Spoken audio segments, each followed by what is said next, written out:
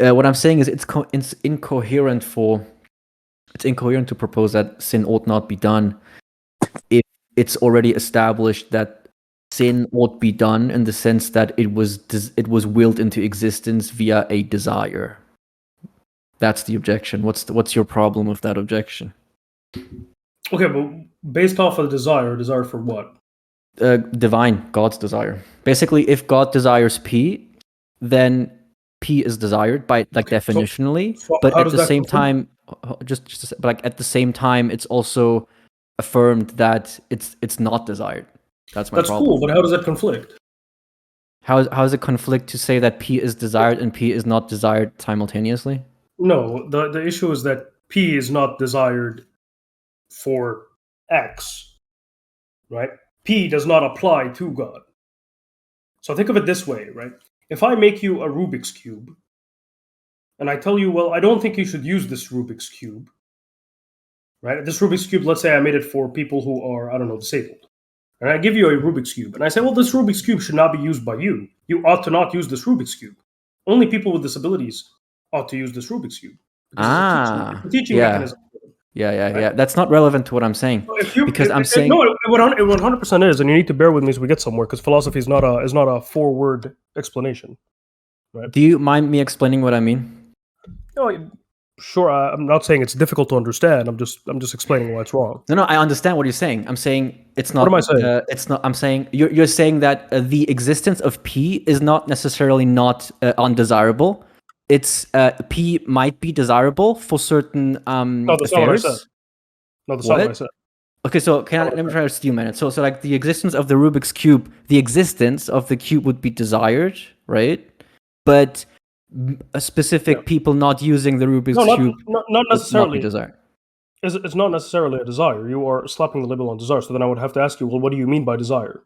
Just an expression of will, right? Like wanting something. So an expression of will. Would you agree with this definition? Expression of will. If will is synonymous with wanting, liking something, desiring something, I guess. Wanting something. Yeah. So if you do an action, you will that action, right? Unless you're telling me you do actions you don't will. In other words, but reflexes might not be part of forget reflexes. I'm referring right. Just actions that are stand in causational relation with will. Right. Yeah, I agree with that. Okay. Cool. Right. So then, if this is the way that you see desire, then all I'm saying is that it does not conflict. That it boils down to what I said earlier, because your argument is just, well, it essentially boils down to the same thing, which is if God good, why sin here? No.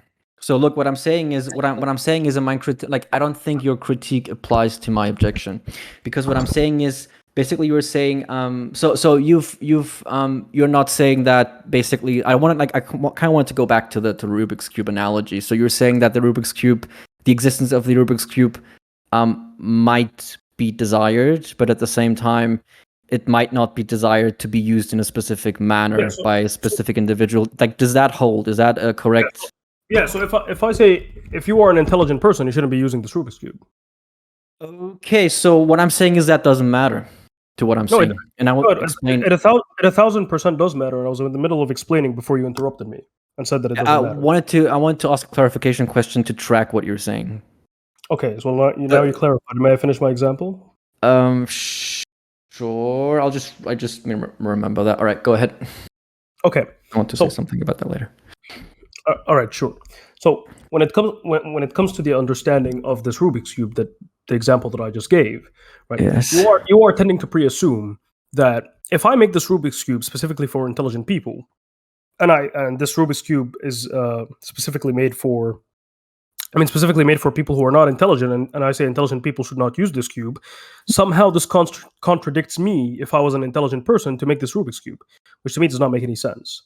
Because what I'm trying to provide here is the following. I'm saying this argument essentially has a presupposition in it. You are presupposing that God likes sin, and therefore, if God does not like sin and does not want people to do sin, why would he make sin in the first place? Mm-hmm. Right? Am I correct so far? Yeah, why would it exist if its existence is contingent upon his desire? Okay, because everything else is contingent upon his desire, and God cannot be arbitrary.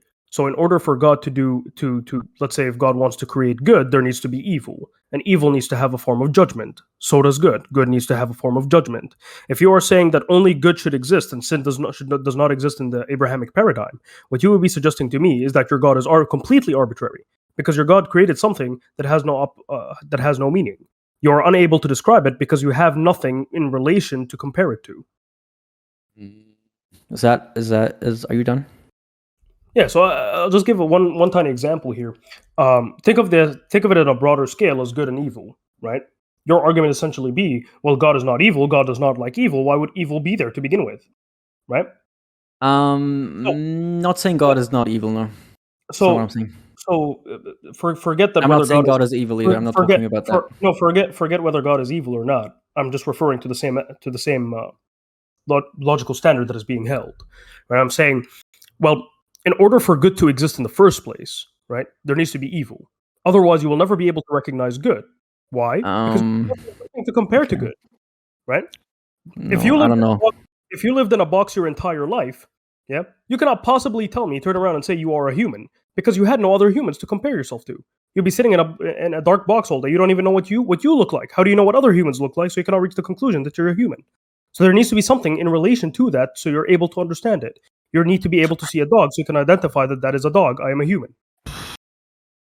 That's not relevant to what I'm saying, because I'm not talking about like a dichotomy in the sense that we must have like a negation of something, or just like understand what you're talking about, because I'm not talking about like I didn't bring up like the notions of like what we mean by good and evil, because that is already like your analogy is already presupposing that we like it's coherent for us to know what's good and evil in this specific like when it comes to this specific topic. But I'm not talking about that. So I'm saying I don't see how the objection is not a contradiction if, for example, we say that the causational affair includes everything that happens within that state of affairs, which also includes the action of like the non-intelligent person utilizing the Rubik's cube, right? So I'm saying if that holds, and if that all of that is part of the if that falls under the category of causational affair, and if that entire causational affair was willed into existence by God, then how is it not contradicting to say that God did not desire that causational affair to exist? That's the objection. So I don't see how your analogy or your critique holds in this specific context. Okay, I'm pretty sure I've explained my critique now twice, right? You saying that it doesn't apply and then repeating the same objection does not change anything. I would appreciate if you actually answer the critique and explain to me how it doesn't apply. I told you it does 100% apply, because you are saying, and I asked you earlier, and it is recorded, am I correct so far? And you said, yeah, so far you are correct. And I'm saying, well, correct, now correct. Your objection now is irrelevant here, because your objection is now dictating that you do not need anything relational to compare sin to. And I'm telling you, well, without sin, you cannot tell me what's a good deed. No, right? That's not. Just like you could say it's not relevant all you want, but everyone I can explain why it's not relevant. I can demonstrate why it's not relevant. Sure, yes, that's what I've been asking for the beginning, which you refuse to do. You just repeated your argument and told me it's irrelevant. No. I think I've demonstrated via the argument and the additional argument that why what you're saying does not hold in this specific context. Sure, repeat it for me. Right. So I said if sin, right, if sin corresponds with the notion that something ought not be done, and if a causational affair includes that specific state of affairs, then it's incoherent, or not incoherent, but it's a contradicting to affirm that that specific state of affair ought not be done. And you are saying that in order for and you're basically saying that your counter to my objection is that in order for us to understand what sin is, we must put it against like the negation of sin, I guess, which would be like something good. No, that's not what I said at all. This proves to me one thing, and that is you have not been listening to what I'm saying. You're stuck in your own bubble. Now, I'd appreciate if you listen this time, because I don't intend on repeating this more than 40 times, right? I mean more than 3 times, because I really have 30 to 40 minutes, right? And I appreciate if we clack on with what I'm saying. So I'm telling you, the idea that you are proposing, the objection that you are proposing here, which is that essentially, if God does not desire for one to do sin, why is sin there in the first place? I'm telling you, this is a bad objection. The reason why it's a bad objection. No, I'm not saying why is sin there in the first place. I'm saying why is so sin in itself does not exist. Sin is something that is actualized by the individual doing it. So I'm saying the entire state of affairs is the sin, and it involves the sin. Otherwise, like sin would not be coherent. So you take back what you agreed upon earlier. What did I? What can you repeat what I said? Okay, What I so agreed to? I'm not sure. Can you repeat it? Yeah, sure. So I asked you the same. I said the same exact thing. Essentially, I said, well, your objection here, seemingly to me, is saying the following. It's saying that, hey, if God does not desire sin, if God tells Yes. us not to do sin, why is there Yes. sin in the first place? Right. And I told you, am I correct so far? And you Yeah, said no, I yes. agree with that. That's not Yeah. contradicting to what I just No, said no, no, before. but A minute ago. yeah, but when I said that just now, you said no. That's not what it means. No, I'm telling you. Listen, well, No, no, no, no, no, no, it no, is no, no. now. I'm using Now no, you're no, going no, back no, and no. saying Look, what I'm. look, look. Okay. No, no, no. So That's I didn't so I let's. didn't reach. I don't retract that. It's Oh, synonymous with what I just said. oh, okay, no problem. Okay, no problem. No problem. Let's move on. Okay. No, no, no. I Regardless want to of I the want to clarify yes this and for no. the. I want to Yes clarify and this no. for No the problem. audio. Let's move on. Right. So Yeah, but before we then move on, I would like main to my main clarify issue. this for the audience because it's recorded. So The, what I'm saying is, so when I said before that sin, God desired sin, I agreed with that. I do not retract that statement because when I say sin, sin also involves everything that caused it into existence, which might be like it might be a causational affair that was actualized by the individual itself, right? So all of that would be the action, the state of affair that involves the sin. The sin would, it's kind of like saying, I kind of had this discussion with Rizzy like a few weeks ago when he was saying that rape in itself is not sinful. It's only sinful if someone actualizes it. And then I said, well, rape in itself does not even exist if no one actualizes it because it involves different multiple states of affairs in order for it to be what it is, right? Definitionally, that's what rape is. And that would also apply to my notion of sin. So I don't see a contradiction there. okay. So Sin would be again, synonymous with the state of affairs, which would be causation. Yeah. Okay. Cool. Regardless of the answer change, no problem. We will. You said you clarified that. I think you just changed your answer. No problem. Well, a change just means like I guess like by change do you mean like let's using not argue different on semantics. terminal? Please let's not argue Please on do not hold semantics. on, please. I don't want you to strawman me, all right? For a black belt, you shouldn't it's not strawman anyone. it's not. All right? I'm not strawmanning. I told you. No, you I are think. strawmanning because you're changing. You're implying that because I've used different terminology to explain my proposition, I've answered the proposition. That's not what happened, right? Okay. That's still semantical. Let's move on. Okay. Yeah, obviously, but I told you. you I are think I've accused you implying of that it. I've changed the So as proposition I was saying, itself. you need to calm down and stop screaming into your mic so we can actually have an intelligent discussion. I'm going So to calm down, but I'm not going to put up with the as I sophist, was right? saying, Especially for someone who as I has the was black belt assigned to their role. as I was okay. Well, no problem. You could say whatever you want. You could say whatever you please, right? But please, right? Let me finish my sentence. I will I said finish your sentence. I said if I you, think no. You will not finish my. I will finish my sentence, right? So as as I long as said you don't previously, strawman me, I sure. think Go ahead. no. I didn't say you straw. I didn't strawman you or anything. I didn't take your argument into a weak form and I attacked it. I said I think you have just changed your answer, but no problem. Let's digress. Let's move on. You want to That's not stick what on you said. square You one said you because you changed. don't understand how to. Okay, no problem. You said you Let's move on. changed it. You didn't Okay, say you think. okay, no problem. I'm wrong. You are always right. No problem. Can we move No, on? I'm not always right. What the fuck? Just go ahead. Go ahead. Go ahead. Go ahead. So Go ahead. the Holy shit. Go ahead. you need to relax with the cursing, my friend. Jihadist, continue. Jihadist, continue. Yes, thank you very much. Thank you. Okay, so as I was saying, right, if you agree with what I say, then there isn't your objection here does not hold because I'm not saying that you need something pressed up against sin in order to compare sin to. I'm saying the opposite. I'm saying in order for you to maintain that sin cannot exist in the Abrahamic paradigm, but good things can, I'm telling you, your objection here would not hold up because in order for you, Shia Syndicate, to recognize what is good, what is a good deed, you need to have a sin. Now, I gave you it on a broader scale. Right? I said, okay, well, let's make it on a broader scale. Let's take this to the idea of good and evil. Right? If I just change the word sin in your syllogism, right, to the word evil, it would still apply as a perfectly sound syllogism, right? And your objection would still be the same if I just change the word sin to evil. Now I'm saying, just as the same as for evil, the same answer would apply here, right? God does not have a desire for evil. God does not intend for human. He doesn't want humans to do evil, right? Not intend. God does not want humans to do evil. Well, why is evil there in the first place? And I'm telling you, well, in order for you to recognize what God is telling you is good, you're required to have evil. Now, just the same thing. If God is going to point out to something and tell you, well, that is a good deed, You need to know what is a sin. Otherwise, you won't be able to compare. And I gave you an example of this, which you still did not address. If you are in a black box your entire life, you haven't seen anything, you haven't heard anything, you don't know anything. You're just sitting in a black box your entire life, from A to Z, from the beginning of your life to the end of your life. You won't be able to turn around and tell me you are a human. Why? Because you had nothing relational to yourself to compare it to, right? You haven't even seen another animal in your life. If you've seen another animal, at least you could differentiate. That looks like that. I look like this. We must be different.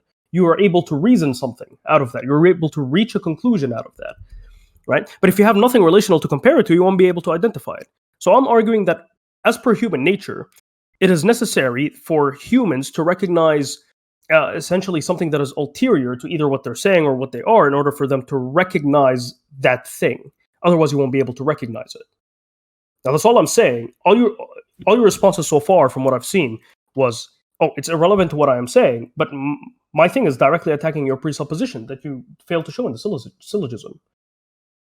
You didn't. Your attack is irrelevant because your analogy, like what are the common properties within the analogies you've invoked and my initial objection regarding that sin is a causational affair? No, no one said that your sin isn't a causational effect. I told you, I 1000%. No, I'm trying to understand what the common properties between those analogies are. How those analogies are relevant to the objection. With the analogies that I made with good and evil. Yeah, because for example, when you say if a human is trapped in a box, like the human might not like in that hypothetical, I assume that the human would not know that he's a human if he didn't have access to other humans. Basically, having no access to compare himself to, right?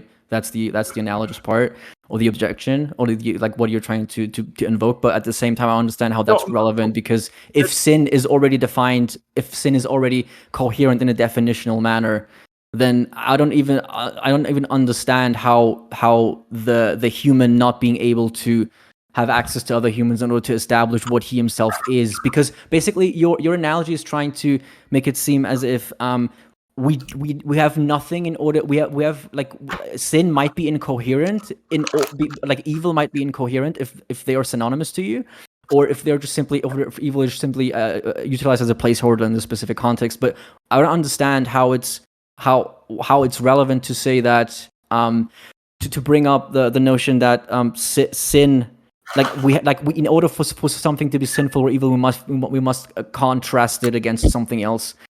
How is that relevant to us already agreeing what we mean when we are talking about the notion of the definition of sin? So how is that even relevant? I don't even have to go there. Like I don't get it. Like okay. if we when we say sin, and if we understand sin to mean one specific thing, which is like that which ought not be done, yet at the same time that which ought not be done was desired, it was willed into existence, yet at the same time we were saying it ought not be done, that's the contradiction. So I still don't see how those analogies are relevant to my initial objection. Okay, I'll tell you how they are relevant, right? This is now the fourth time I'm repeating, okay? I'm telling you that it isn't an idea that is contradictory. I am saying in your objection, it fails because what you are suggesting is something that is logically infeasible, because I'm telling you that sin has a purpose. Now, God does not create without purpose. So as long as sin has a purpose, the will of God would be for it to fulfill that purpose. Okay, hold on a second. But hold on. No, you just gave me exactly what I need in order to attack that proposition now. Because I still have to go on to explain the analogy to you, and you said, well, how it's relevant. Go ahead. I'll write it down. Go ahead. All good. Go ahead. Yeah, no problem. I understand. You have this giant paper tree. No, it's okay. It's okay. I'm just writing it down. Go ahead. I'm just trying to track what you're saying. Go ahead. Go ahead. Write it all down. Right. So. It's being recorded too, right? So if you want, you can also take a look back. Good. Go ahead. Also perfect. So I would go ahead, right? If you let me actually finish. Yes, go ahead. So well, I can't speak if you're. I'll mute myself real quick. I'm gonna, because I tend to speak to myself sometimes. So just go ahead. Hold on. Sorry. Well, okay. So you asked me, well, then how is the syllogism relevant? Well, I told you, well, okay, that purpose is there, right? So I'm telling you the purpose is to contrast something else. Now I'm just explaining to you with the human trapped in a box. It's not an idea to prove that quote unquote your objection is false. That analogy is there to prove that you need something to contrast in order to recognize, right? I'm telling you, if you do not see the opposite of something, or be able to contrast that something to something else or against something else, you will never be able to recognize it. That's what the human in a black box example is for. Okay. Now, as for the first thing, I already said this in the beginning, and I'll repeat it just so the recording here is clear. Your argument boils down. It literally boils down from the same foundational logic of, if God real, why bad thing happen? And you say it's irrelevant, but I'm saying that's essentially the boiled down version of your argument. And I'm telling you, well, it has a purpose. Now, if you're telling me that sin cannot exist in the Abrahamic paradigm, I'm explaining to you then your God is completely arbitrary. Your God does absolutely nothing. Right? And what I mean by this is that if God creates good deeds without creating sin, God will not be able to tell you this is a good deed, because you would not know. You would have nothing to compare it to. If that's a good deed, and that's a good deed, and that's a good deed, and you would either have two choices. Either option A, everything in the world is fundamentally good, or option B, everything in the world is fundamentally natural without any understanding of good and evil. And the only way for you to say that everything in the world is fundamentally good is for you to essentially appeal to something that is just directly necessary. And for me, that becomes very problematic. Because again, you have nothing to compare it to, so you cannot even be certain of your answer. So all my argument is, towards your objection, the defense is, what you're required to do is the following. In order for the idea of sin existing and its purpose is simple. It's a contrast. So God is able to tell you that this is a good deed and this is a sin. Now you are saying just because it ought not to, etc., and this is not something that I have a problem with. I told you I already agree with the syllogism 1,000%.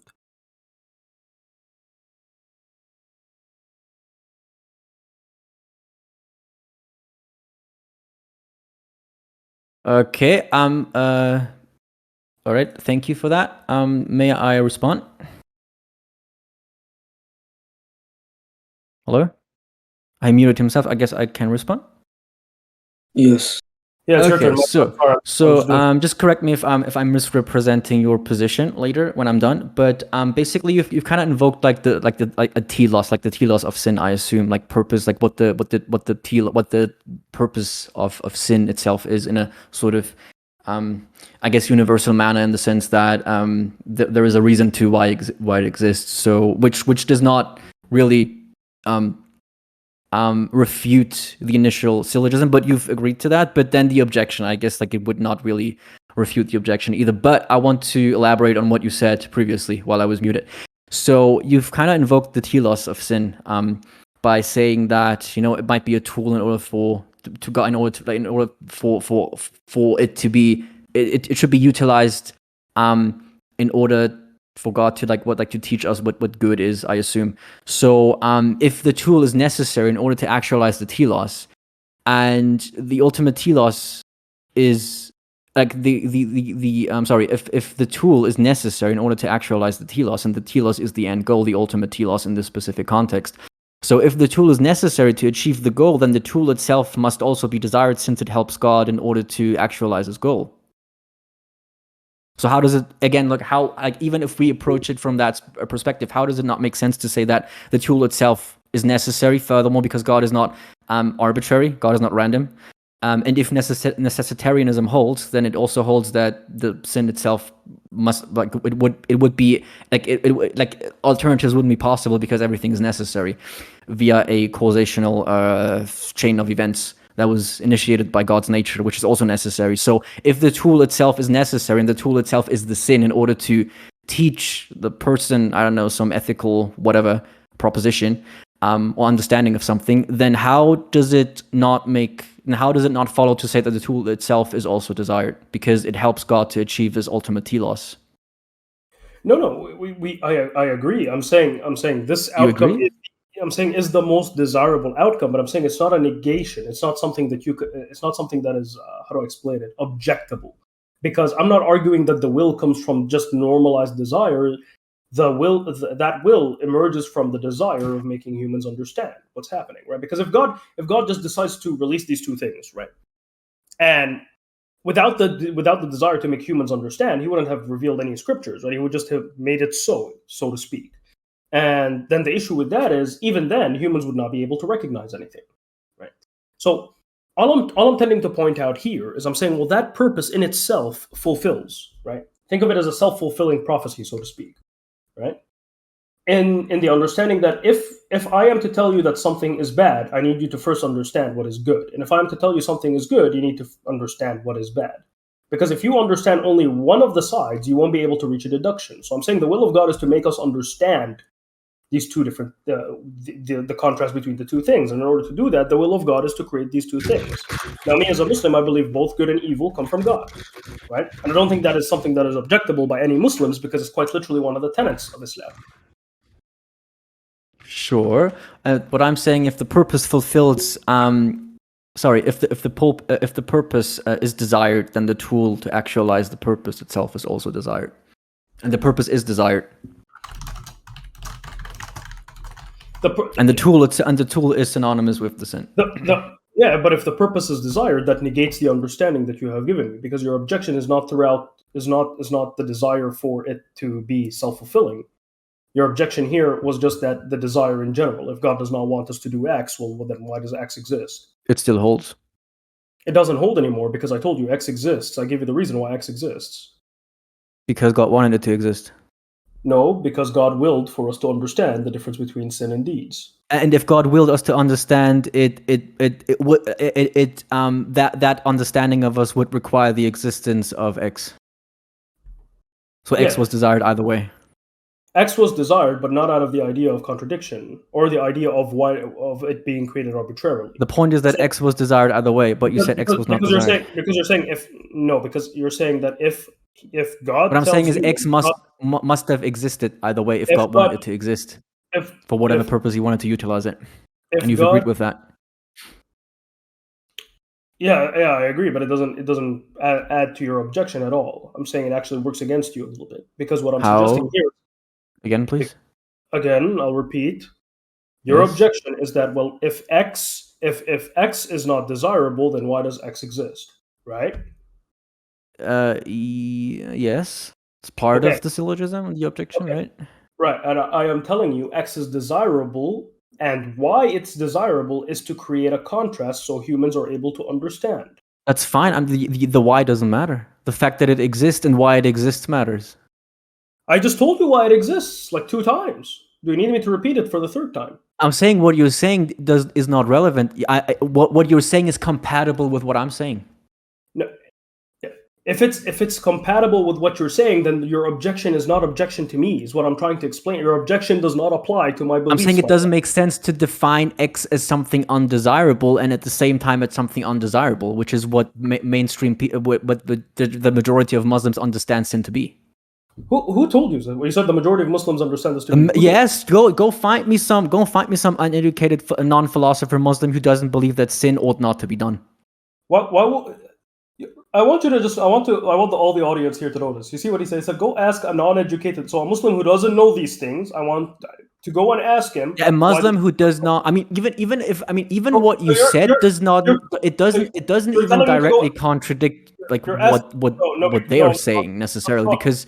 Sorry, because what you just told me is to go and ask a tailor how to make a cake, right? How to go ask a tailor how to make a cake, and if he doesn't respond, this is proof to my argument that, well, this is the majority. No, my argument does not. My argument is not contingent upon the tailor's epistemology. It works in a vacuum. It's perfectly consistent. What I'm saying is that you've asked me. That was not a response to the art to in order to make the quality of the art. It is because I was not addressing your entire argument as a whole with that stance. I was addressing the simple thing you told me. Go ask a random Muslim. You said, why do you believe that is how sin is understood? And then I gave you the reason why. No, I didn't. Because most Muslims take it to mean that's what sin is. No, because you don't think that if you go to like your average Muslim in the mosque who might not be educated within in philosophical principles, does not think that sin is something that they ought not be done. You don't think that's the case? I'm saying that will be entirely not additive to your view or your stance, because I'm saying if you are asking me to go ask a blacksmith how to make a cake, of course he would not, because he doesn't know enough about cooking to make a cake. Right. But Now, even second of all, I would appreciate if you put the general populist fallacy to the side, okay, and saying, well, go. This is what the majority of Muslims believe, so therefore X. Yeah. no, that's not what I said. Straw man, straw Put man, straw that man, fallacy to the straw side. man, straw man. I didn't say X is correct, and X is ontologically corresponding with God's nature if that God exists, because they say so. I didn't say that. You said why do you presuppose that definition of sin? And then I gave you the explanation, the reason why I presuppose that. And the explanation was because the majority of people affirm it. That's what it was. Please do not strawman me again. Go ahead. That is cool at all, right? But you still have not answered the objection. All you do is yell straw man and tell me what. No, the objection is X exists because of Y, and I said that's fine. I have my objection does not my initial objection, my initial argument is doesn't care about the Y. It just cares about why it exists, right? So you might say they might be interconnected in that sense because it exists for that reason. But I'm saying that doesn't even matter. I'm saying it. How can you say that if sin is a normative, if sin is that which ought not be done, yet at the same time it ought be done in order to actualize the telos, then it's incoherent to say that it ought be done, it ought not be done. And I think you've conceded that now it ought be done in order to actualize God's ultimate telos, which is the the teaching aspect of it or whatever. Repeating the same script. It boils down. Just a second. It boils down to sin X ought be done either way, from either perspective. That's what it boils down to. No, it does not boil down to that. No, it does not boil down to that. No. Okay, then explain to me how under necessitarianism, I will, if you affirm calm down for a second. I will if you calm down for a second and stop. I want you to address the question. I don't want you to go on to a different. I don't want you to bring up irrelevant stuff. I want you to deal with to track the objection, please. I've tracked the objection around several times. I even answered it several times. All your responses were of the following, and I've written down all your responses. They're quite literally the same. If they do not go with your script, you'll yell one of two things. You have a script written down, and the only thing you've ever replied to me was not answer any of the objections I've given you, but all you've done, you said irrelevant and screamed straw man like a child like 5 times in the middle of the VC and interrupted me. Now, I'd appreciate if you act like an adult a little bit and let me finish my sentences and hear the full argument and the full reason why I do not agree with your objection, so we may be able to move on. If not, then I'm going to end this early because I don't see us going anywhere, or I don't see this being a fruitful discussion. You can run from the objection. I don't care. If you're not willing to deal with the line, if you have every time you have a trouble with the line of propositions or objections, and then if you want to obstruct that by bringing up to the moderation, please. How do you expect me guys to finish anything? Listen, Syndicate, just let him respond. Hold on. Just when the other interlocutor is responding, please just mute yourself. Thank you. So Jihadist respond now, Syndicate, mute yourself. Now commence. Right. So again, I have answered it several times. Right. Interrupting me does not help. Yelling straw man does not help, and saying it's irrelevant does not help, because all of the things you've yelled at me so far has been incorrect. They have been false. They're not accurate. Because all I've been saying is the same simple thing, my friend. Right? I'm not saying you are wrong. I'm not saying you are insert insult. I'm not degrading you in any manner. But what I'm trying to explain to you something is the following: is that sure, I agree with your syllogism. I think your syllogism is grade A right perfect. I think your objection is bad. Why do I think your objection is bad? And I asked you again. We can go back in the recording if you think I am wrong, or if you think I'm strawmanning you. We can gladly go back to the recording. We can play it for the public, all 6 members of the audience, right here, right now, and we will see that what I'm saying is right. I asked you directly. I told you, you said, if X is undesirable, right, then why does X exist? And I told you, well, it's only undesirable for us. As for God, it's desirable because it fulfills the plan. What is the plan? You asked me, okay, well, how do the logistics of it work? Can you explain? You asked me to elaborate furthermore. We can go back in the recording and check that out. I told you, well, it works out because as someone, if God wants you to understand something, he has to contrast it to something else. Now, in other words, if sin does not exist, you said, well, why does X exist? Here's me answering why X exists, right? So I don't want to hear the words irrelevant. I don't want to hear the word straw man. I want you to address the point I gave you. If I hear that, I'm going to end the conversation here and now because I think it's going to go nowhere and everyone's moving up to general chat. So one last time, I'm going to repeat it. It has a purpose. This purpose is the desirable thing. The purpose is what makes it desirable, not the thing itself, not the fact that it's bad. As Muslims, we all have to believe that good and bad both come from God in a desirable manner. And what I mean by a desirable manner is that it fulfills each other. In order for you to understand what's good, you need to have evil. In order for you to know what's evil, you need to understand what's good. Likewise for sin. In order for you to have good deeds, you need to understand what good deeds. You need to understand what sins are. Right? In order for you to have to be able to recognize sins, you need to understand what good deeds are. And I gave you the example with a human trapped in a box. You did not address that. You said I didn't understand it. I explained it. You completely threw it out the window. You did not address it. And so far, if I had to give you a grading, it would be a very poor grading of understanding, because so far it seems like you're stuck with a script and you're not actually addressing any of my arguments. You want me to go down this line of script, and if I don't go this line of script, you just yell two words, which is either A, irrelevant, or B, straw man. So I'm not going to ask again. I have very limited time. I'd appreciate if you actually address it. If you think I am incorrect, or if you think that my approach is erroneous, no problem. So be it. Let the audience and let the people of the server decide. But I appreciate if you actually answer to my objection and explain to me how it doesn't work out instead of repeating the same thing. If you repeat the same thing one more time, I'm going to just have to ask the moderator to end it here and save the recording, and they could upload it to the YouTube channel. Yeah, sure. I'm just like writing it down, almost done with it. I don't want to say anything wrong, so you can like use that as a prerequisite to like, I guess, dodge the objection. But just give me a minute. Just not a minute, but like a few seconds. Hold on.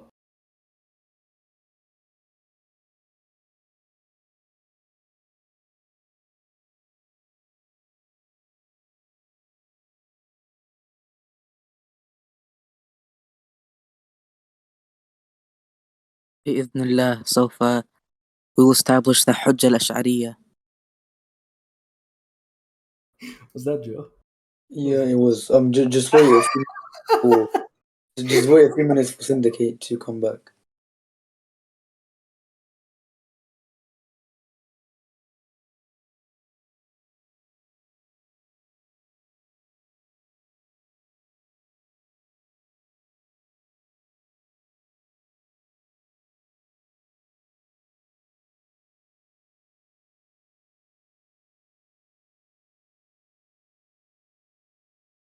Okay, I'm done. It's very simple. So basically, the response to what you're saying, or to my initial objection and everything you brought up is, does God require the telos that comes with X? I'm asking you right now. Can you repeat the question, please? Does God require the telos, the purpose that comes with X? Well, what do you mean by require? Is he contingent upon that requirement? Is the actualization of the telos Necessary? Is X necessary for the actualization of the telos Yes. in this specific okay, yes, good, perfect. Is X caused by creation? X is the sin, actualized by creation. Is X actualized by creation? Do you affirm that proposition? No, not necessarily. When I say X caused by creation, let me give you a context if that might be incoherent, unless you want to agree with that as well. So for example, let's say I do something bad being synonymous with sin, being something ought not be done. Is the existence of that contingent upon my action, doing it, actualizing it? Do you not agree with that? To some capacity. So where I would disagree is that I don't say sin comes into fruition the moment you do it. That's not what I'm saying. I guess I not know. necessarily. I'm saying, for example, if I stab someone and that's like sinful, is the effect of the stabbing contingent upon me doing it? That's what I'm saying. The effect of the stabbing itself contingent upon you doing it. The stabbing is the effect, and I am the cause of that. Would you not agree with that? That I would agree. If you that's all I was asking. Okay, good. So, is the actualization of X necessary for God's telos? Is the action? Can you repeat that last one, please? Is the actualization, the coming into existence of X necessary for God's telos? God's telos is God's purpose for why it exists, why X exists. God's purpose or the purpose God gave it? Synonymous? They're not synonymous. So can you repeat that? God's purpose, not God's purpose for why he exists. I'm not talking about God, for why the telos exists. Yeah. Then I would say it's necessary for the recognition. Yes. Okay, so then X itself ought be done since X actualizes God's telos. No, it not ought be done because not everything that you actualize from God's telos is something that you must do. I'm talking about that specific telos. Even in that specific telos, it's not something that you must do. It's not something that is good to do. That's the whole point of it. Huh? I'm gonna copy and paste this. You've agreed with all of the premises, but you've denied that conclusion. I don't get it. Hold on, let me just post it in. You don't get it because VC text. Like, I want other people to look at this because I'm starting to think that I'm crazy or this guy doesn't know what he's talking about. So look at this. Descartes, can you review that? I do not see what's so crazy. X, if the actualization of X is necessary in order to establish God's telos, then the X then you've just said you've already conceded it's necessary. How can you say X ought not be done if it's necessary for the telos to actualize? Because the purpose is not so it actualizes. The purpose is so it does not actualize, but at the same time, the telos is contingent upon it existing. Huh? Yes, correct. Okay, then how is it not? How does X not be done? I told you several times because the purpose is not so that you go and do it. Right? You don't go and do something because it actualizes God's ultimate object or aim. Right? It's actually the opposite. If you don't do it, it actualizes God's object or aim. The idea behind it is a neutral stance. It's not an idea of you being able to go and do it or you not being able to go and do it. The idea behind it is that its sole purpose is there as a comparison for other things. Okay, but the purpose itself is desired. It's the telos. What is the purpose? Just so we can check. What is the purpose? What do you think? What something is made for in this context? No. What is the purpose that I just said? Like what did I say? The teaching, I guess. No, I never said the word teaching. No, you're making up stuff. I'm not saying you said teaching. I'm saying that's what it boils down to. God wants it to exist so the agent can gain access to knowledge or a state of awareness regarding what's good, right? That's why it exists. It's not teaching in that sense. Yeah, it's so humans have a recognition. Yes. An understanding of it. No, not an understanding of it, of things relational to it. Yeah, a recognition, understanding. I use them synonymously in this context. Okay, that is they have an awareness of something that God wants them to be aware of, right?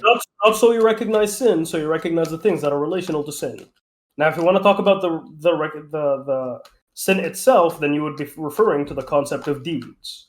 Right, but if we're talking about the concept of sin itself, then the purpose is that so you're able to recognize things that are relational to sin, not sin itself. Like I said, if you only have either sin only or good or deeds only, it would still be wrong because you need things in relation to each other in order for humans to recognize it. So I'm saying its purpose is so humans are able to recognize things that are relational to sin. Yes, that's fine. I affirm that. It's fine. I agree with that hypothetical. I'm saying in that hypothetical you've invoked, the telos of all of that is desired by God. God wants that telos to happen, to actualize, in order for his creation to gain awareness regarding whatever he wants to gain awareness of. Oh, according to who? Who said that? According to you. No, not according to you. I'm using your axioms right now. No, I said quite the opposite. I said just because something, I directly told you. I don't. It does not ought need to be done. Hold on, Jihadist. I want you to look at this again and follow it step by step, unless you know it by memory. Okay. You've agreed with all of these premises, right? And then you've denied the conclusion. I 3,000% agree with a lot of the premises. I declined the conclusion because I told you your conclusion does not follow. How does it not follow if the actualization of X is necessary for God's telos? Necessary means it can't be any other way. Therefore, that is also desirable in the sense that it helps God actualize the telos. And you're saying it is necessary for the telos, but X itself is not desired. Okay, let's see. Does a God require? It's kind of like the saying theological- someone wants to take the train to Manhattan, right? And it's in that specific scenario, the only way to go as fast to Manhattan as possible is to utilize the subway, the train, whatever. But the train itself is not desired. But it doesn't make sense to say the train is not desired if the train is the only necessary premise that brings you to Manhattan as fast as possible. And if everything is necessary from a necessitarian sort of paradigm you're operating from, I assume you do, correct me if you don't, then X is also necessary and it ought be done because it actualizes the Telos. And you're saying X itself ought not be done. Okay, so I see now the problem with. So the problem is with the last two things, right? Is the actualization of X necessary for God's telos? Yes, then X itself ought to be done, right? Then X itself ought be done because it When you helps say- when you say- actualizing the Telos. okay, Yes. When you say ought to be done, let's try this way. When you say ought to be done, maybe I'm gonna give it here. Maybe I'm misunderstanding. It ought be done by the person, by the creation, and God also desires it. That's what I mean. Okay. Then I 100% disagree because, like I said, the actualization is necessary, but that does not mean that you ought to do it. It's actually quite the opposite. You ought not to do it. The ones who do it would end up being used as a description. But the actualization of X, but the actualization of X is necessary, right? Yeah, it's necessary, but that doesn't mean it's ought to. But if is there other is it ought to? It So will are you happen. saying that? Wait. I understand the problem. Are you saying that God has two distinct desires in this specific scenario? Are you saying that God wants the telos, but God is incapable to actualize the telos in a? And let's not go there. Let's not use that. Let's say God wants the telos, but God does not want the tool for the telos to exist. Is that it? No, that's not what I said either. That also doesn't make sense because because the tool is necessary and God made the tool, so that doesn't make sense. So what are you what's your problem with it? I literally said no, and you said, well, that doesn't make sense either, right? Like you were preparing so much for me to say yes, right? Stop reading off the script, please, and focus. I'm not reading a script. I was thinking ahead. Please elaborate what you mean when you say no. I'll write it down again. Go ahead. I promise you are. I'm not ill-intended. I'm just trying to understand. Please go ahead. I'm prepared to write it down. I never said you are ill-intended. I never said that. I just said that your conclusion here does not follow, and you are being augmentative with me about it because you do not. I'm trying to understand why you think it doesn't follow. Go ahead, please. Okay, because I'm telling you, you're saying that it ought to be done by creation. I'm saying it doesn't need ought to be done by creation. I'm saying it will happen. Yeah, it will happen. It will be actualized, but it does not mean that it's ought to be done by creation. And what I mean by this is not something that is. It's not something that is endorsed to happen, right? But humans have free will, and some humans would end up disobeying God. And so I'm saying this actualization will indeed happen. I get what you're saying. I don't understand how you can propose it. So if you're saying that it's not desirable by God, right? Like God does not desire the human to actualize X, but X is necessary in order for God to teach the human whatever He wants to teach that human, then how can X not be how can X not be desirable by God? Okay, forget desirability for a moment. Let's talk about the actualization problem here that you're having. Okay, I'm telling you the actualization of X is necessary. I agree. Yeah, here you go. Jihadist agrees. Yes. Yeah, but was the actualization of X not desired? Let me finish, right? So yes, this will indeed happen. It will happen because it's necessary. Yeah, the actualization of X will happen, and it did happen. Example, what's it called? Cain and Abel. It will happen, but it doesn't mean that it's ought to be done. In other words, it's not a desirable outcome that God has chosen for you. Are actualizations contingent upon God's causational will? Are what? Can you repeat the last part?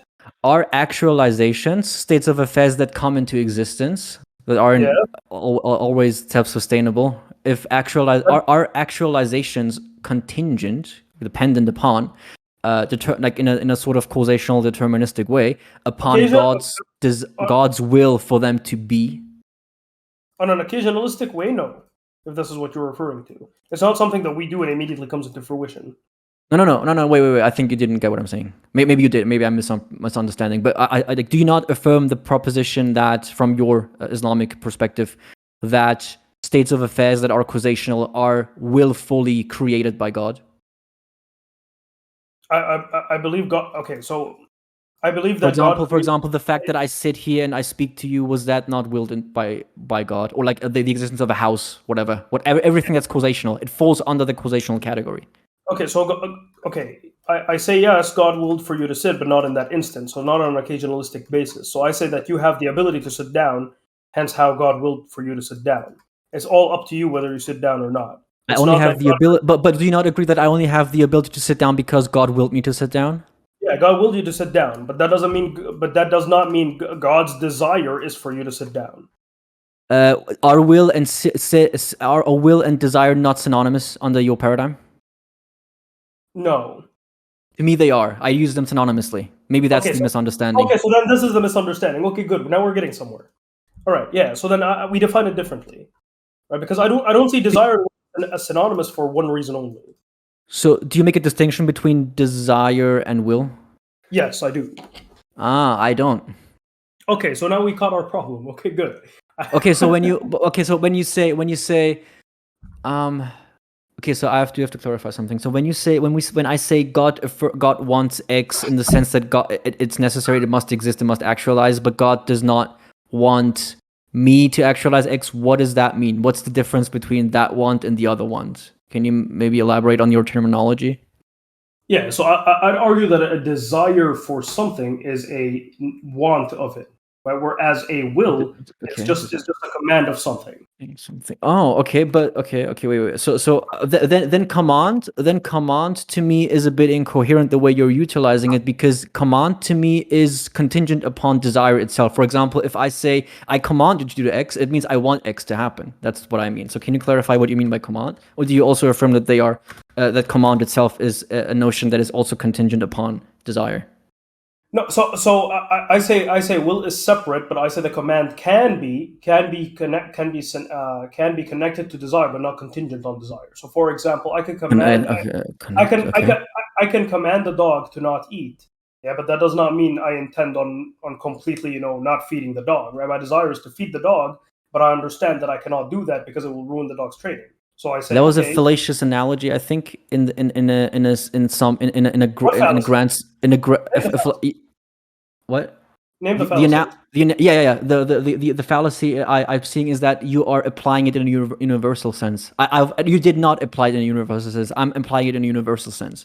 So I'm saying that for example, you said you don't want to. You don't. Hold on, pause. You accused me of a fallacy. You did not name the fallacy. You just told me I use it in a non sequitur, I guess. How is it?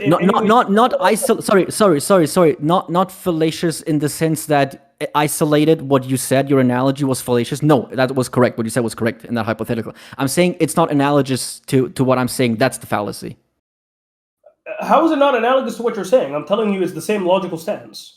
So you're saying? Can you repeat? So you're saying you're saying you're not going. It's possible for you to feed a dog. No, not feed a dog in under a specific context because you don't want it to. I don't know, like for health reasons, right? No, but that does not negate. What? What do you, dude? No. Are you listening to me, man? Are you sure you're listening to me? No. Look. I'm trying to track what you're saying. So you're saying that it could be. Can you just repeat it, please? I'm going to write it down because there was a foul. It was not analogous to what I was saying initially. Just repeat it again. I'm telling you, I believe command can be connected to desire, but I don't believe it's contingent on desire. And the example that I gave of that is that, for example, I could have a desire to feed my dog, right? Feed dog. But for example, I'm training my dog, right? I'm training, not health reasons, not other stuff. I am training my dog to do a trick. Okay. Yes. So I'm commanding him not to eat, right? So I can tell him stop. Okay, my desire is to feed the dog, but that does not mean my command is always associated or contingent upon my desire, because my desire here is different than my command. So if you command, hold on. Same could apply, for example, for treasonous generals, right? A general's desire, for example, is to betray the army, but his commands do not betray that. Okay, look, I'm trying to understand what you're saying. So, kind of like stick with me for a moment. So, the way the first time I understood, I guess I misunderstood your analogy. It was like you were saying you want to feed, you do feed your dog because you don't want to starve to death, but you don't want to feed the dog occasionally due to like reasons such as like you want it to like stay to fit and stuff. So that's how I No. understood your analogy. No. The first time I'm correcting. So you're saying that there is a distinction between your command and your desire in the sense that when you say sometimes it's possible for you to say that you do desire to feed the dog, right? You have a desire to feed the dog generally, but you also command the dog not to. You also have you utilize a command to not feed the dog due to certain reasons. Is that it? Yeah, but So the idea of desire, I would say, is not something that is directly, or the command is contingent on the idea of desire. Okay, hold on. There's a very specific thin line between what is command and what is desire, and I think these are separable enough. I do believe Okay. What I don't understand is the mechanism that makes you have a command in the first place. But when you say it's not always the case that a command is contingent upon the notion of desire, then what does it mean? Why does your command exist, and what's the purpose of your command? And if you say the purpose of the command is for the dog to stay fit, then I would say you have a desire for the dog to stay fit. Would you not agree with that? No, because I told you that the purpose of my command is to fulfill my will, not my desire. But the command is now you're throwing in will. So is will something else, or is will synonymous with either of those terms, command or desire? Dude, are you okay? We literally less than 5 minutes ago we already spoke about how you say will and desire are synonymous, and will desire are synonymous, and they determine command in my book. And now you're saying now you have a. Are you just using Are you just using desire and will interchangeably in the last analogy? Because even if you do, then I'm still asking what led into the existence of the command. What is that command used for? That's the question. What's the command used for regarding the dog? The dog. The command is to fulfill my will to train the dog. So it is, in that sense, it is contingent upon desire. No, it's not, because my desire for the dog is I want to feed him, I want to be loving to him, I want to but that does not intrude on my command and will. Right? The dog is suffering when I refuse to feed him for training. So it's clearly not part of my desire, but it is part of my will because I want to train the dog. But my desire is to be a loving person to this dog. Right? But I understand that I have to put this to the side in order to train the dog. I'm glad it's recorded, but I'm going to repeat the question. So when you say command, right? You have a command for the dog to, I don't know, do X and Y, anything arbitrary, doesn't matter. That command is connected to not the desire to not feed the dog. Is that what you're saying? Because that's a contradiction to me. No, it wouldn't be a contradiction, because I told you it's not always connected. So let's bring. Literally, I don't know why you're celebrating early, considering this point is literally against. I want you to no. I want you to give me the mechanism that leads into those occasional instances, right, where command is not always contingent upon desire. Explain that to me. Okay, I say that it is associated in some way. In other words, your command can be associated with your desire, but I'm not saying it's not necessary in all scenarios. Yeah, I want you to give me an example of a scenario where it does not connect or is not contingent upon desire. I just gave you with the dog. Okay, good. So you have a command, right? To not you have a command. That command utilizes your abilities to not feed the dog, right? Yeah, that is correct. Correct. And that command exists why? That command is a fulfillment of my will. So, okay, in this case, it is contingent upon desire. But you said the dog analogy was an instance where it was not connected to desire. Okay, how many times do I have to repeat it? As many times as it becomes coherent to everyone. I think everyone here. No, because I don't think so. Because you said, give me an example. No, we're not going to do this, because I told you several times. I'm not going to repeat it for the 40th time. Everyone in the audience, as far as I'm concerned, understands exactly what I'm saying. But people are being boarded out because you've been repeating the same thing for 40 times and then celebrating early, even though everyone just knows it. Even though everyone just heard me and understands what you just said is gobbledygook, right? So I'm telling you directly, the command is associated with will. The desire is associated with the outcome of that will. It's not contingent upon one another. my friend. How many times do I have to repeat this? You have this very weird notion that everything is just so contingent on everything. And whenever I try to explain it, you yell three things. Now you've added the word fallacy to it. First it was irrelevant. Then it was, oh, I'm sorry, my bad. Then you said straw man. And then you said, oh, no, sorry, Jihadist, my bad. And now you're saying fallacy. And then you said, oh, no, sorry, my bad.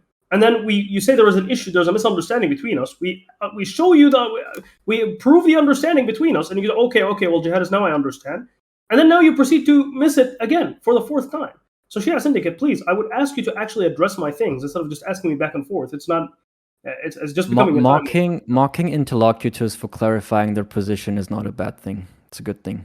It shows that they're intellectually honest. So when you say, did you not agree before that will/desire are synonymous? Do you not agree with that?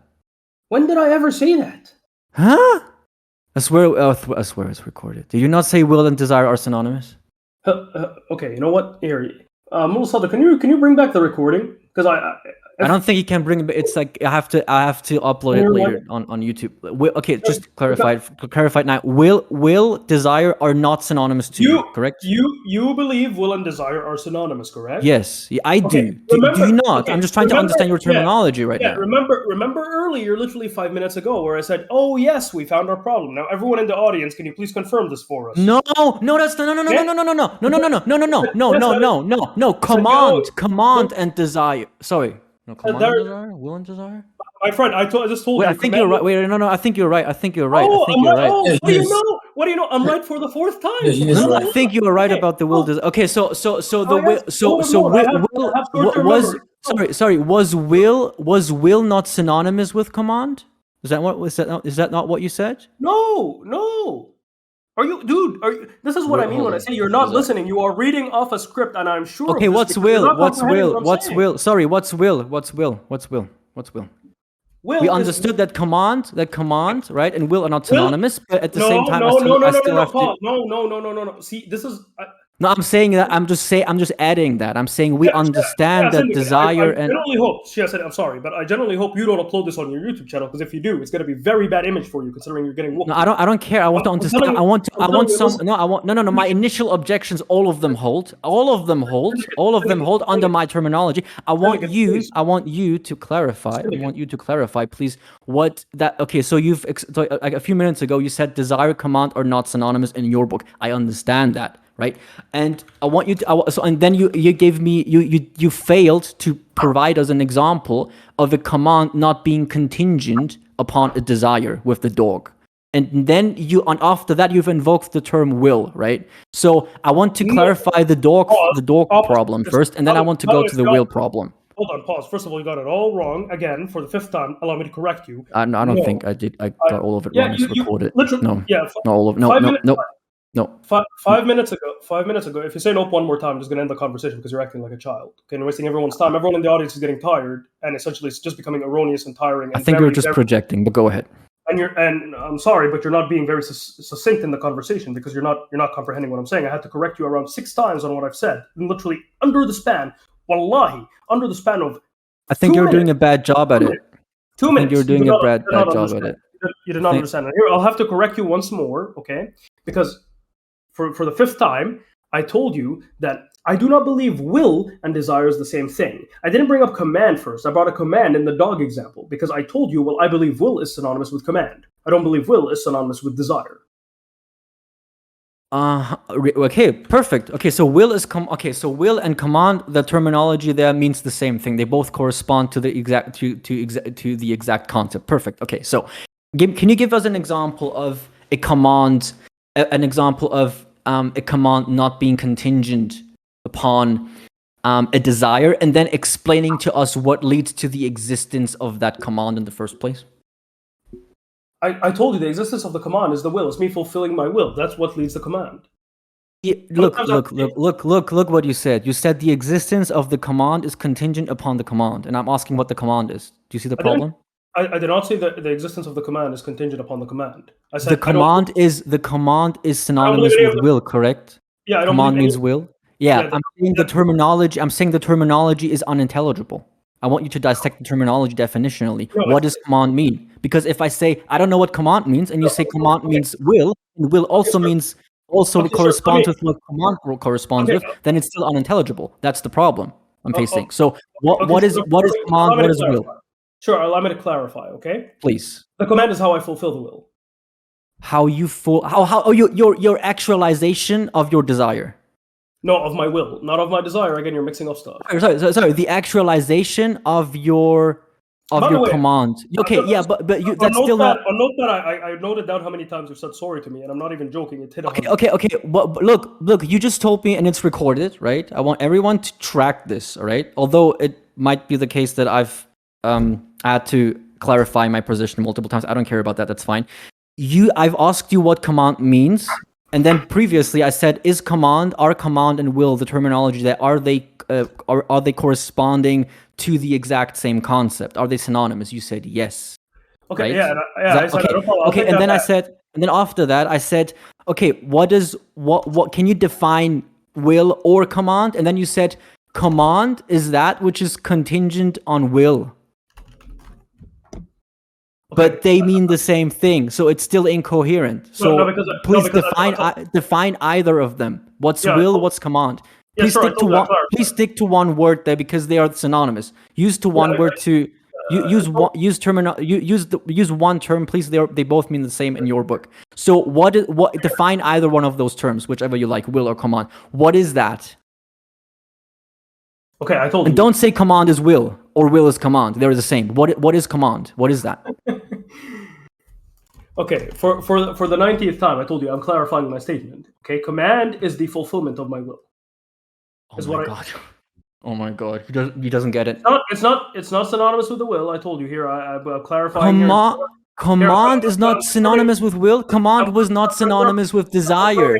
Here, I'm confirming for everyone in the audience, and it's not synonymous with that either, my friend. Here, I'm confirming for everyone in the audience. No problem. Here we go. Jihadist made one mistake. So will is not synonymous with command. Let me clarify. Command is the fulfillment of that will. It's the actualization of that will. Is will not synonymous with command now? I say it can be. It depends. Wouldn't you be equivocating then in an incoherent manner? Because I'm like, this is not intelligible. So will... it's very intelligible because I'm telling you, command is how the will is fulfilled. Solely, it's just how the will is actualized. That's all it is. Wait. Command is actualizing. A command is actualizing the will. Yes. So make sure you write this down too. Okay, so you don't make your sixth mistake now. Okay, I'll give you an example of these things in action. Okay, when God created Adam. Okay. Yes, okay? Adam. He was willing for him to come into existence. Correct. God willed. Does will mean? No. I guess it does not mean that God desired Adam to exist. Right properly. Okay, but then you have to clarify your terminology, like the semantical understanding of that terminology. God willed Adam into existence. Yes. No, I did not. No. Go ahead. Go ahead. Okay. God was willing Adam into existence, right? Now, in order for him to actually, what? I just said God willed Adam into existence. You said no, and then you said God willed Adam into existence. God is willing Adam into existence. Yes, willing. The word willing and willed are two different things, my friend. Okay, you're laughing at your own ignorance here. Holy shit! Okay, God. I'd appreciate if you stop the cursing, because cursing is a sign that you're either getting very impatient or you have no manners. No, it's just a sign of confusion in this specific context. Go ahead. Yes, God was willing. Seem to be yes, I understand. Please don't calm down. I'm gonna calm. So as I was saying, God was willing Adam into existence. Go ahead, my friend. Moderation. Can we? God was willing Adam into existence. First premise. Go ahead. Just writing it down. So afterwards, when he actualized that, what happened? Can you tell me from the Athari narrative? Hold on. When he actualized Adam into existence, what happened? Adam into existence. Adam started to exist, I guess. Adam just poof out of nowhere started to exist. That's it. So God was willing Adam into existence. What does willing mean? No. Stop jumping the gun. What happened? Let's read the Quran together, okay? Because so far from what I've understood, I'm trying to understand. I have to understand your terminology first, please. Either option. I won't be able to track what you're saying if I don't understand your word usage. Maybe maybe if you allow me to explain it, you'll be more than happy to understand it, right? But so far, all I've had is just a bunch of confusion from you acting confused, and then turns out, oh, your confusion was incorrect, and then you But apologize. if you already affirm So- that your way of so explaining if stuff I- to me if is I'm able to- is not no, intelligible to me, then why would you moderation- continue moderation, that please. same tactic and not engage with me, have a back and And the- forth on your and the- terminology, and the- so we and the can moderation, both please deal with this. conclude a Because- specific proposition? Why would you not adjust your tactic then? If I say I don't understand a specific term you're using, and then you're saying, maybe if I finish, I'd understand. yeah, we already know that it doesn't work out that well. You've already Wait, said that I don't Syndicate, understand the Syndicate, let him terminology. resume, Syndicate. Let him resume and let him elaborate on what he means. Okay, go ahead. Let's All right, try it mute again. yourself. When the other interlocutor is speaking, then please mute yourself. Okay, go ahead. All right, no. Thank you so much, Rizzi. I appreciate it. Okay, so as I was saying before, I was rudely interrupted by a barrage of random misfit insults. So if we read the Quran together, right? And this is my main problem, is that when people reach into this realm of philosophy without reading the Quran, they tend to make the same errors you do, from what I've noticed. So if you all read the Quran together, God was willing Adam to be into existence. So he shapes him, he makes him, and then he gives a command. What is that command, according to the Quran? Can you answer me, Rizzi? Did you ask me something, or are you going to read the Quran? No, I asked you, but I want Yeah, to ask please define. No, could Okay, you so ask- it doesn't make sense for you to say what was that command if I still don't understand what the word command refers to. That's what I'm trying to explain to you. So what was that command in the Quran? Have you ever read the Quran? Yes. Okay, so awesome. It's a very famous verse. Everyone knows it. If you don't, just say you don't, and I'll gladly tell you it. I'm not sure what you're referring to. Go ahead. Okay, so when God was creating Adam, what did he tell Adam? I'm not sure. Go ahead. Okay, so you don't know that verse of the Quran. Right now I don't know. Okay, so God tells Adam in the Quran to be and he becomes. That is the command. That is the actualization. Wait, of the word. wait. Hold on. That's incoherent to me. God, how can God tell something to care. be if that? Well, no. I have to. I want to understand, because you keep You will invoking understand. terminology that You is will- connected to will- coherency, but you will I don't 100% understand the understand. coherency if you don't You will explain it. I promise you will understand. I'm in the middle of explaining. Okay. Hold on. Right Okay, now, go ahead. right now, I'll mute right now, myself. I feel like yes, please. That's what I've been. Seemingly, it's very difficult for you to do that. So, as I was saying earlier, I don't have much time here. I have like 10 minutes remaining, but no problem. So God tells Adam to be and it becomes. And now my main issue is that when people do not read the Quran, right? You say it's problematic, right? I'm saying, well, you as a Muslim, someone who is a believer in Islam, assumingly, unless you're not, I'm guessing because your name is Shia Syndicate here. Let me just double check. Maybe you are, maybe you're not. No, yeah, you are. Yeah, you are. So this is something very strange, right? Considering the Quran clearly says "be and it becomes." So I'm saying that speech that is occurring there, right? That speech, "be and he becomes." This is an actualization of that will, right? That will is being actualized. So then Adam comes into existence once the command has been issued. Now I'm saying you said, okay, well, you gave me a question. You said, well, jihadist. Then God desired for Adam to exist. Yeah, in that instance, yes. But as I said, I didn't say that it's always synonymous with the same thing. I said they're quite literally distinct. They can be associated with the same things, but they're not synonymous, right? I don't believe they are synonymous because I believe they're different expressions. One is an actualization of the will.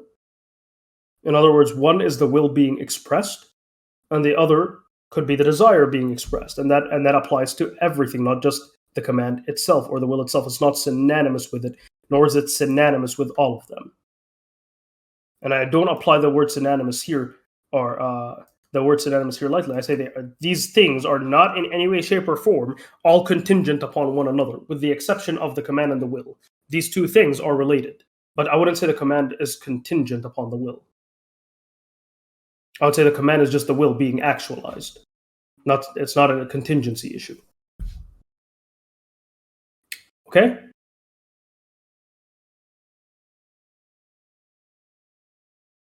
Yes. So I have two objections. You've always The first one is when you said God says to Adam be and he is. How can God say be to Adam if Adam doesn't exist yet, since being entails existence? Or does it just simply mean be and then Adam exists? It doesn't make sense to say be to Adam and then Adam is. because What God does that shaped mean? because God shaped Adam first, right? I'm an ethity, right? So as he was creating Adam, he was saying B? No, so God shaped Adam first, right? He made him out of clay. This is a very simple. So I'm shocked that you don't know about Oh, this. and then he says B, and then he has life. Is that Yeah. it? Oh, okay. So by Adam, he wasn't referring to it Adam's becomes consciousness. He was referring to Adam's like physicality, like I guess. It refers to Adam becoming. He Right, is now, right. Okay, fine. I thought he there is was a an being now. He Yeah, is a okay. being now. Okay, fine. So he was just talking to. Okay, I get it. That's not contradicting. Okay, so Oh, yeah, when you say so, no, the no, command. Hold on, please. I'll let you finish. Please let me finish. The command initiates the will, right? You can answer that if it's a question, then unless you want me to like finish it and then answer it. I guess we can do that. Sure, I'll answer if you want me to. Let me just like finish the sentence and then maybe that way it's a bit more coherent, I guess. Sure. So the command initiates the will. I wrote that down. Will is not always the same as desire, but in the case of Adam, it was synonymous with desire in that specific case, right? In that context, will meant desire. God wanted Adam, he desired Adam to exist, and then his command initiates that desire. No. Not the desire. Sorry, its existence, not the desire. Desire, right? They're not synonymous. No, synonymous in that specific context, not always, not universally. It would still be synonymous in that context. If will meant desire in that context, it would still be synonymous in that specific way. They would be the same, but not interchangeable. Not interchangeable? In what sense? Because they're not the same thing. They are the same thing, but they're not the same thing in that context. I never said they are the same thing. I said they're not the same thing. They both can be said. Yes, that these both apply. It was the desire and the will. Yeah, but they're not synonymous. Okay, so I have to clarify that too. I'll just write that down. Okay, so give me an example of an instance where the initialization process can occur without a will that isn't synonymous with desire, then. Because I think you didn't do that with the dog. And then you have to clarify what will means now, because you're saying they cannot be interchangeable even in that specific context. Although you said that in that specific, I wrote it down, like quote by quote. You said like Adam, like God desired Adam to be.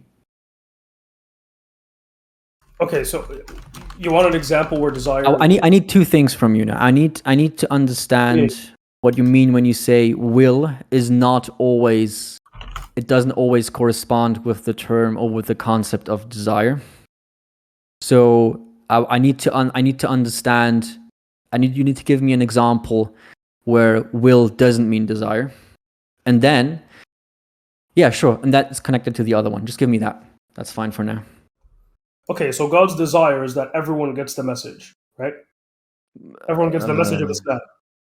Okay, is it fair to say God wants everyone to understand the message? Yeah. Everyone to understand a message, yes. But God does not. That means desire / desire. Okay, yes. Yeah, but God does not will for everyone to accept it. God doesn't will everyone to accept it. And will means what in this context? What will is God commands certain people not to accept it. For example, like Pharaoh. God commands. Yeah, his will is to reject. God declares do not accept it? No, not God declares. Because command is still a bit incoherent here. So like God commands everyone not to. God. Okay, so God commands everyone. So I wrote this down. God wants / desires everyone to understand a message. God doesn't will everyone to accept it. God commands everyone not to what? What did you say before? Okay, here. Let me rephrase it in a better way. Okay. Everything or just the last part? The last part. Okay. Okay. The part with the will. God. So, not will. Command now. Or will. God, I don't know. But I still need. God does not will. God doesn't will. For everyone to accept. For everyone. To accept. Guys, can we end this debate in about 15 minutes? Yeah, I don't think I need more Actually, than like up to 10 minutes to be Okay, fair, because so I think everything boils down to his terminology now. I think right, max it's up to 15 more minutes, and then we're gonna end it there. We're gonna terminate the debate. 15 more minutes. sure. Just set up a timer, Rizzy. Can we do it in 5 actually? Because Okay, yeah, sure. Sure, fine. 5. Sure. And Okay. if he doesn't give me by then like what I want, it wouldn't matter. I will just write a clarification under the video or something. So God doesn't will everyone to accept it. That was the second thing, and then God doesn't will for everyone. God doesn't will for everyone to accept it, right? So what does it mean to say God doesn't will for everyone to accept it? What does will mean in that specific context? Okay, so for example, God tells the prophet to spread the message, right? So God desires for that message to be spread, God right, to everyone, that. Yes. right? Because the prophet in the Quran, it says the prophet Muhammad was sent as a mercy, correct? Yes. Okay. All of the Yes. world, Yes. right? So if someone Yes. in, let's say, the Sentinelese Island, right, did not hear Sorry? of this message. If someone in Sentinelese Island, have you ever heard of Sentinelese Island? I'm not sure what that means. Can you elaborate? You have never heard of Sentinel Island. I'm not sure what you're talking about. Okay, Go ahead. it's an isolated island in the middle of nowhere, filled with tribal Isolated. people that have never heard of anything, and they're isolationists. Meaning, if you try to go to that island, they will literally shoot you with bows and arrows until you're dead. Maybe. Okay. Yeah. No, not maybe. You could Google. There's literally videos. Likely. No, not likely. I'm telling you, 1,000%. There are videos of people saying the same thing you just did: go to the island and then die. Hypothetically, okay. Go ahead. No, if you objectively set foot there, you are dead. So, I don't affirm it if- because I'm not so- omniscient. So just go ahead.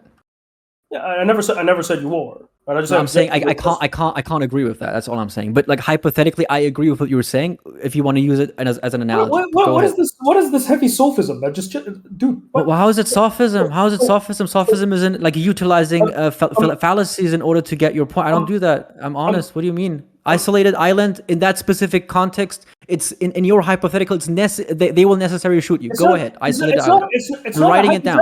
It's not a hypothetical. Guys, we only have like 2-3 minutes left. Please, I want to understand your terminology. Please, don't leave this aside. Isolated island. Go ahead. Yeah, it isn't hypothetical. First of all, it's real, right? Oh my gosh. So, Oh my god. I'm not saying it's not real. I'm not saying it's you're not real.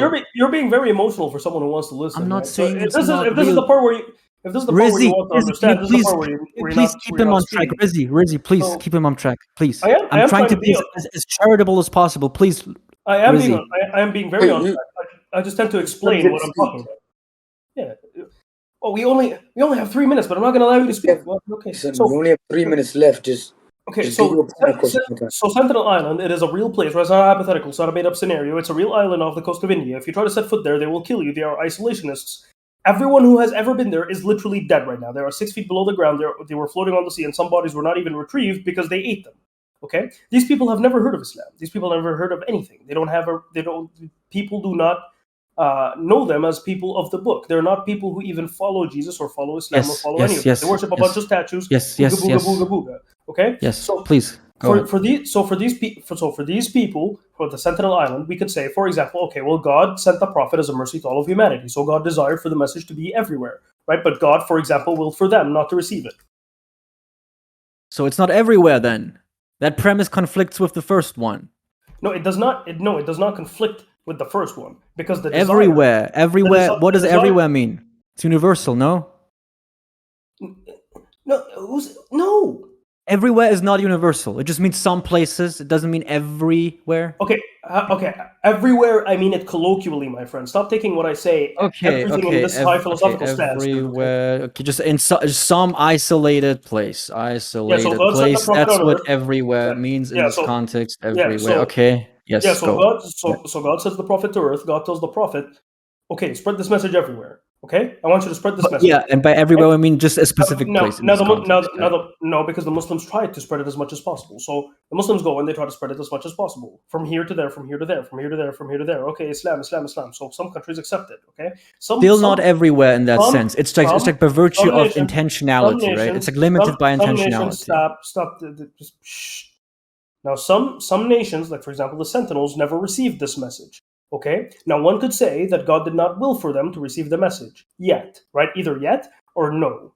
right? In which case they have an ulterior thing, an ulterior test, which they will receive later on, right? But this is an example of will not being essentially directly synonymous with desire. This is an instance of it. I still don't get it. So God wants the you'll never message get it, to my friend. spread. God wants the message to spread in specific locations, but God, he no. but Who he said doesn't specific- desire that. Whoever said the word specific locations? You didn't say those words, but you said everywhere means locally, and then I didn't say that means. locally, my friend. I said colloquially. See, this is the virtue of you Oh, listening. sorry. Go ahead. Go Go ahead. I didn't understand that. I didn't hear that. Okay, I thought you said locally. Okay, that was just an audible issue. That was just an audible. Go ahead, colloquially. Okay. It's always been an audible issue. So No, it's not always an audible issue. I never said it was always an audible issue. Please go ahead. Colloquially. Colloquially. Yeah, my point is already made. It's time for you to respond, my friend. Hold on a second. I will hold off for many seconds. I'm pretty sure we have like 60 seconds left. Yeah, you've got like 1 minute left. Sure. All right, Syndicate, just provide a response and then we can terminate the discussion. Yeah, sure. How do you use colloquially in that context, please? Colloquially meaning here on Earth. Here on Earth. Okay, so on this planet. Perfect. Okay, so yeah, not okay. universal, like in every single scenario. Okay, so I wrote it down. So God wants everyone to understand a message in that context. Yeah. Okay. Wants them to receive but it's also but that message doesn't always reach everyone. No, because the desire is what's obligatory upon us to fulfill. Okay, so that's my problem is, so if God wants everyone to understand the message, right? And you're saying that God's telos is contingent upon our desire to actualize it or not to actualize it? No one ever said that. How is that not your proposition? Because when you say everyone, when you affirm the first premise, because I told you from before, from the beginning of your conversation, I agree with your syllogism. Desire is the part that's ought to be done, but I just make a disconnect between desire and will. Now, I told you in your example, it wouldn't be what's ought to be done because you have a problem with it, with desire being synonymous with will, which I do not, because I make a distinction between the two. Right. Now, I told you an example. The desire is what makes it obligatory for us to do. For example, God desires for us to spread the message as far as possible. We go in and we try to spread the message as far as possible. Now, God does not will for this message, for example, to reach Sentinel Island. So this message will never reach Sentinel Island. But because God's desire is to spread this message everywhere, it's an obligatory thing for us to act upon. Right. You still have not given the definition for will. You are using analogies to make will coherent, but you have not given a proper definition for will. Okay, what would you define? That is not connected. That is not connected to desire. You have not done that. Okay. I would say will is the faculty on that initiates action. The faculty, an awareness that initiates an action. No, awareness. Why are you making up words? I said the faculty in which that makes an initiation of action. All right, guys, listen. We can end the discussion. The ability to initialize something. Is that what? The faculty, dude. Different definitions of faculty exist. I'm sorry. Why don't you want to use the word? We caught you. You don't want to use the word faculty because it's disruptive to your claim. No, I'm trying to. I looked up faculty, and there are different definitions. So I'm trying to understand your terminology. So how do you define faculty then? Go on Cambridge and Google faculty. Okay, hold on. I'm on Cambridge right now. It says a natural ability to see, think, move. Okay, so if I say the faculty of something, what does that mean? The ability of something, the notion, the ability for something to experience something with a Cartesian knowledge or whatever. Okay, so I'd say, it's okay, sure. So let's change ability to the enforcements, which decides initiation. Enforcements, the enforcements states that initialize that state of affairs. Yeah, so an enforcement, not enforcements, an enforcement which decides an initiation. Force? Can I use force? A force you that cannot determines. use force. No. And No, enforcement in the sense that enforcement as in something normative. No, the process of making a situation happen. Okay, so the state, the process of making something happen. The process of making something happen. That's what will means, in this sense, in a non-desirable manner. Okay, the processing of making something happen. So it's you're right. So the ability to initiate is a causational affair. So, and his okay, that's kind of like what Rizzi was saying. So like making a distinction between God's causational ability to initiate something, and then distinguishing that, or like contrasting that with his ability to desire something. So I would just simply say, if X, right, using your terminology right now, or using your definition right now, if X was the result of the initiation of the processing of making something happen, right?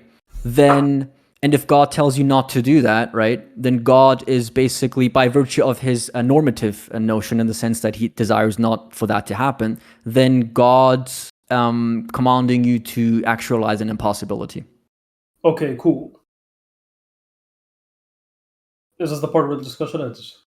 Okay. Alright, end the discussion here. All right. It was nice. It was really nice talking to Jihadist, though. By the way, I just want to say, if I seemed harsh or condescending, my apologies. It's not my intention. I just generally speak like this. Yeah, people can tell you. No, I do understand that if people disagree or think that the other person is, I guess, like cocky, or like appeals to fallacious reasoning, that it might get heated. I understand that. I'm just like, maybe I did it too a few times, but I'm usually trying to appeal to stoicism, to like calm down. We're all here in goodwill. The discussion will be on YouTube, so you guys can check it out and maybe respond in the comments if there was any point you needed further elaboration on. Masalama. Okay, masalam.